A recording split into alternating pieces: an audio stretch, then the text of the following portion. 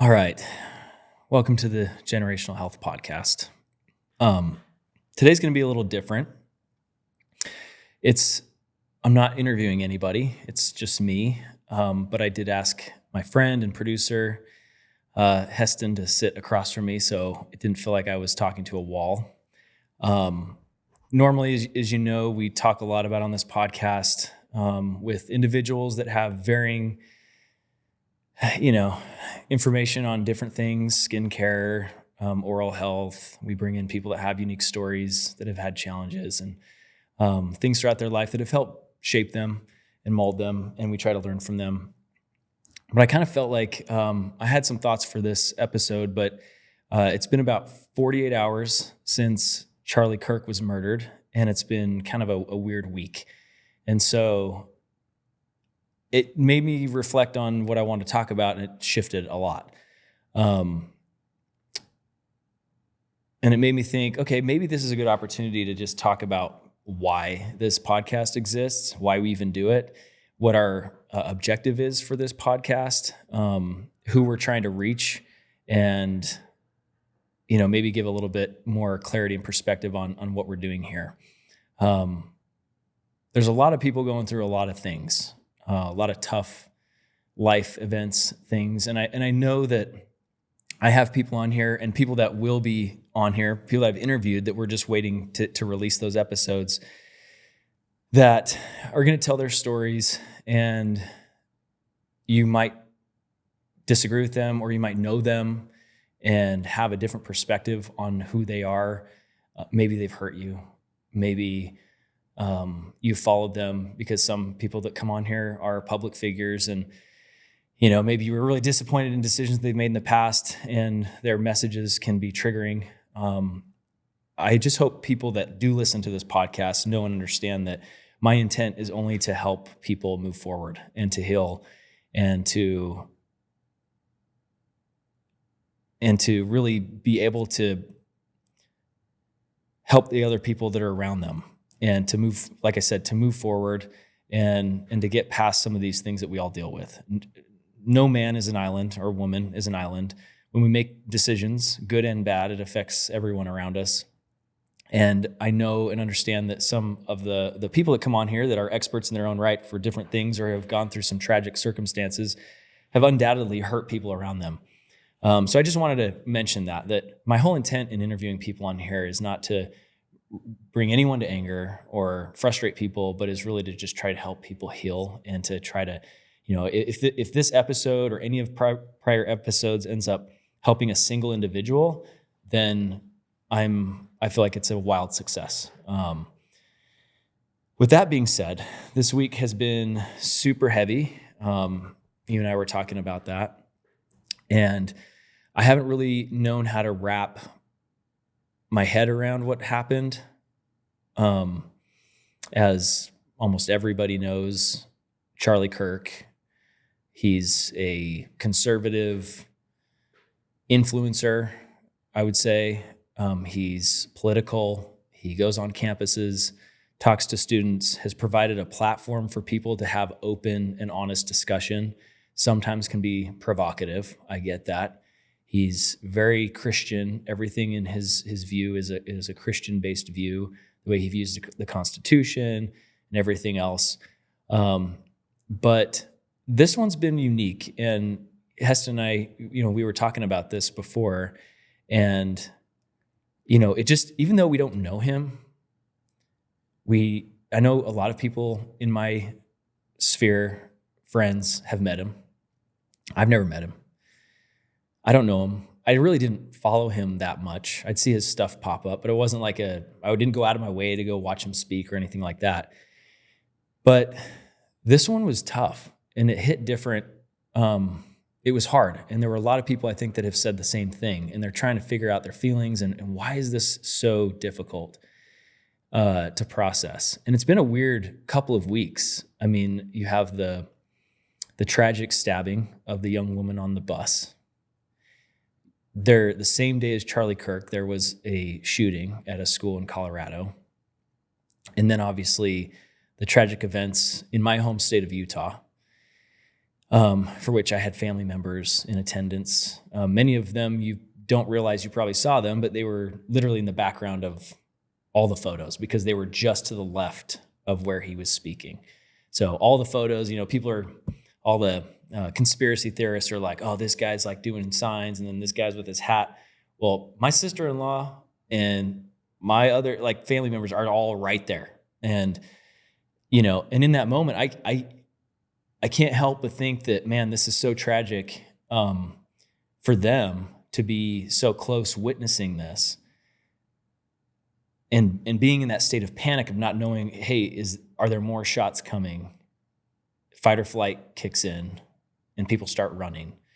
Meanwhile, we're here in Arizona, but it almost, because of technology, it almost feels like the same level of shock and mental trauma comes straight to us because of our phones.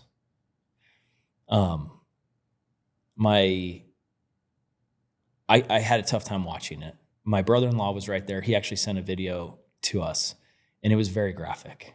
And I'm like, this is a new world, new age we live in, because I'm seeing this from my phone. It's not something I think the human brain is prepared for.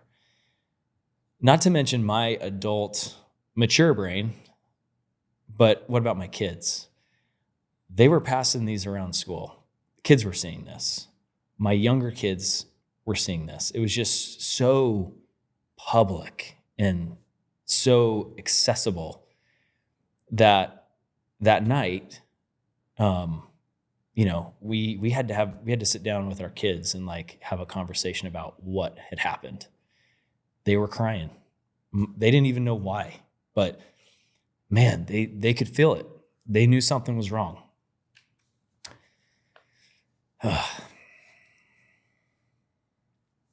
Anyway, so it got me thinking about this podcast and about what we're trying to accomplish. And it's so frustrating. I was so mad. And, here we are trying to break generational trauma and help motivate people to focus on their health so they can impact the next generation. And then you have us as a generation of Americans literally killing each other. So I wrote this monologue, if you will. I was just deep in thought. And so I was just like, all right, I just kind of came up with it and I'm going to just read it. Kind of helps capture a bit of what I was feeling.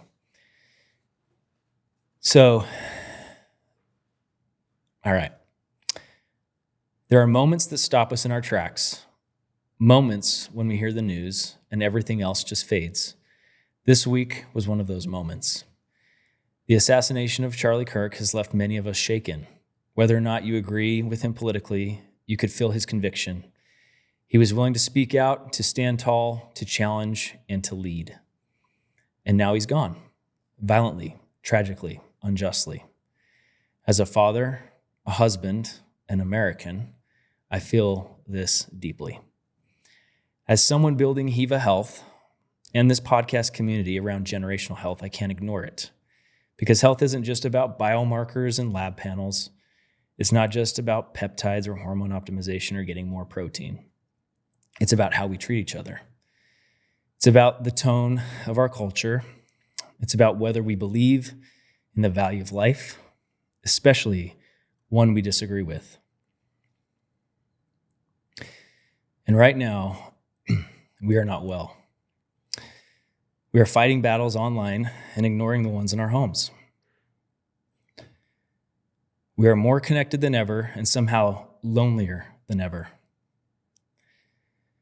We are losing ourselves to division, rage, disconnection, and the consequences are getting deadly. But I also believe this is not the end of our story. This is a wake-up call, and with wake-up calls comes a choice. We can choose to descend further into tribalism, fear, blame, hate, or we can choose to refocus, to realign, to recommit ourselves to what matters most. I personally say, let this be the moment. A moment where we remember that health is not just physical pursuit, it's spiritual, it's emotional, it's mental, it's relational. A moment where we reclaim our homes, our families, our communities. Where we say, we will not let division win. We will not let anger control us. We will not build legacies of bitterness and violence. Instead, we will be fueled by love. We will be led by truth. We will walk forward with conviction, but also with compassion. We talk a lot about generational health on this podcast, but maybe we need to expand that idea. Maybe generational health isn't just about passing down good genes and healthy habits. Maybe it's also about passing down strength in the face of darkness and modeling grace while under fire. About showing the next generation that human life is sacred, even when it's complicated. So here's what I want to say to you today, especially if you're feeling tired, discouraged, angry, or afraid. There is still good in this world. There is still purpose for your life. There is still time to lead with love, and there is still so much worth fighting for. Let's start in our homes. Love your people. Speak truth and serve others. We need to get healthy. We need to be healthy so we can be strong, not just for ourselves, but for our families, for our communities, and for our future. Let's build something better together. I just can't help but think that we're sick. Our country is sick. And, we sit on this podcast and we talk a lot about gut health and inflammation and chronic this and chronic that. But if I look at Americans as a people, as one body, we're sick. And we need a detox. And I can't help but think that the detox that works is, and what's lacking mostly in our society right now is spirituality. And I'm not speaking about a faith in God necessarily, but I'm just saying spirituality. There's a difference. For some people, spirituality is God. I get that. It can be found through religion. But I believe that we are spiritual creatures by nature. There's a reason that, we talk in the longevity space about spirituality and how it is it's essential for longevity. I mean, the people that have some sense of purpose, that tend to be grounded, have a spiritual nature about them, are less anxious, less depression. They tend to thrive with people, relationships, community. They find love. I think that's where we might be missing the boat as a country, is we get so fixated and tribal in the left and the right and the Christian and the not and the whatever. But if we look at what connects us, it's very similar from a spirituality standpoint. There's things that we can all do, whether you believe in God or not, to improve our spirituality. I actually wrote down some of these things, so I'm going to pull it up. Couple things before I close this up. There's some things that we can all do to connect more spiritually. It's not always about doctrine. Spirituality is about depth. And there's things that I think sometimes it's really difficult for me as like a believer in God and as a Christian. It helps me to be able to see my friends, my neighbors, strangers as spiritual brothers and sisters. And that's how I hope to treat everyone around me. But for those that don't believe in God and don't believe in that, there's also so many great ways that you can connect yourself and each other spiritually, even if that's not your faith. And here are some things I was able to find and come up with. So all of us can find and connect spiritually by doing a few things. First is to connect to something that's greater than yourself. And every single one of us have the ability to do this through nature, going out into nature, seeing something that's as grand as nature, staring into space. These are all things that are so much greater than ourselves and even humanity. Spirituality really begins when you stop seeing yourself as the center of the universe and you start seeing all the crazy, wonderful things around us. Another practice is self-awareness. And this can actually build spirituality in all of us. People do this through meditation, journaling, breath work. Breath work's one that I'm really interested in. I've heard a lot of people bring this up lately, but I'm finding that through breath work, they're figuring out what they believe through breath work. And it's pretty awesome. But it also kind of helps you focus on how amazing and mysterious consciousness actually is. Just consciousness. The fact that we all have this thing called consciousness, that we wake up in the day and that we can communicate with each other, and it's amazing. And meditation and breath work and mindfulness can really help you get in tune with that and build your own spirituality. Values. Coming up with a set of values helps you become more aligned spiritually. Whether that's integrity, gratitude, compassion, these are things we all choose to do. We have a choice, and you can choose to show gratitude for the things you do have every day. And that's something that you don't need religion for, but it's something you have the ability to do all the time. And lastly, creating sacred moments for yourself. Even without a belief in a God or a deity, people can access deep spiritual fulfillment through things like art, music, nature. I go back to nature again, but even birth and death. And again, kind of looking back at this big human family that we have in front of us and realizing that we're just one small piece of the puzzle, but we're all in this together. And as I look at all the tragedies that have happened in the past couple weeks and this week, it's like, man, we have so much more in common than not. And we should be celebrating life. We should never be celebrating death. And that is a big part of this that breaks my heart and makes me realize that, man, we are sick. Spiritually is not about believing in things that are just necessarily invisible. It's about becoming more fully awake to what is most meaningful. So I didn't mean for this to be a, kind of a downer of an episode, but it just made me feel, as I was trying to wrap my head around all my emotions with things happening this week, it just clarifies how needed this whole generational health concept is. Individually, we're sick. Collectively, we're sick, and we need each other to get better. And anyway, I'm super grateful that we have this opportunity to do this podcast, that I can bring on really great people that have their own perspectives. And I hope you learn things from them as I do. But just keep an open mind and be loving. And, something happened to me this week too or something that I thought of this week. There's people in our lives that kind of come and go, and, you come across some people that you might not really connect with, or you might think they're different or weird or annoying, or I don't know. So you sort of avoid them.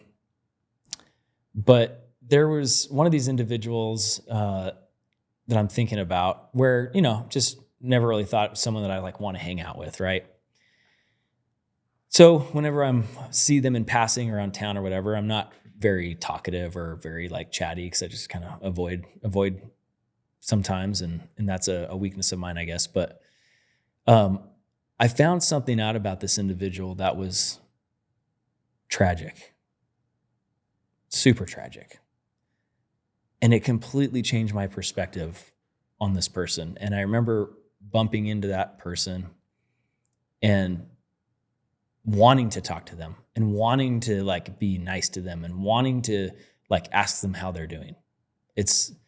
And it got me thinking, I'm like, well, why am I not just like that all the time? Because everyone's going through stuff. Everyone has something going on. So we just need to assume that everyone's working through difficult things. And if we treat each other like that and realize that none of us are perfect, all of us have something, everyone needs connection, and everyone needs to be loved, it helps in the way we interact with each other. But anyway, I guess just in closing, I pray that we as a country can come together. We need to be, I'm a prayerful person. I tend to believe in prayer. It's a form of meditation for me in a way too. It helps me align like in the moment, helps me just focus on something like that I'm talking about in that moment. And it's been really important for me. But for me and my family, we will be praying for this country. We will be praying for those that are affected by all the bad stuff that happens in this country. But collectively, we need to pray for our leadership in this country. We need to pray for our friends. We need to pray for our neighbors. And we need to just pray for each other, be there for each other.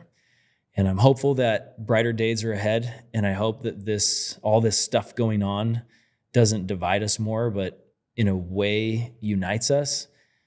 It's not 9/11. When 9/11 happened, it felt like, man, this was an assault on America, right? And we all came together and we didn't even, no one cared what side of the political spectrum you were on. It was just, we were all Americans in that moment. And you hear people talk about that all the time. And I remember it as a kid. I was 18. So I was, I guess, a young adult. And I remember like all of it. And I just remember feeling so patriotic, and everyone was that way. The situation with Charlie Kirk is a little different because it was an attack on American values, specifically freedom of speech, for sure. Trying to silence somebody, whether you agree with them or not, is an attack on America, in my opinion. But there's a good chunk of this country that doesn't believe that. And that's what makes me nervous, that it could create some more division. But I do think we have an opportunity to not let that happen. And I'm hopeful that brighter days are ahead. If you disagree with somebody, find a way to serve them. I don't know. I'm trying my hardest. It's hard not to get worked up, but find a way to serve those that are different than you, that think differently than you, that maybe bother you or can just ignite some anger in you. Because we can use this as an opportunity to grow and be better, or further divide. And I'm hopeful that it's the first. Anyway, thank you for joining the Generational Health Podcast today. And I really appreciate you listening and sticking here with me for a bit as I rant on kind of some of these thoughts. But we'll see you on the next one.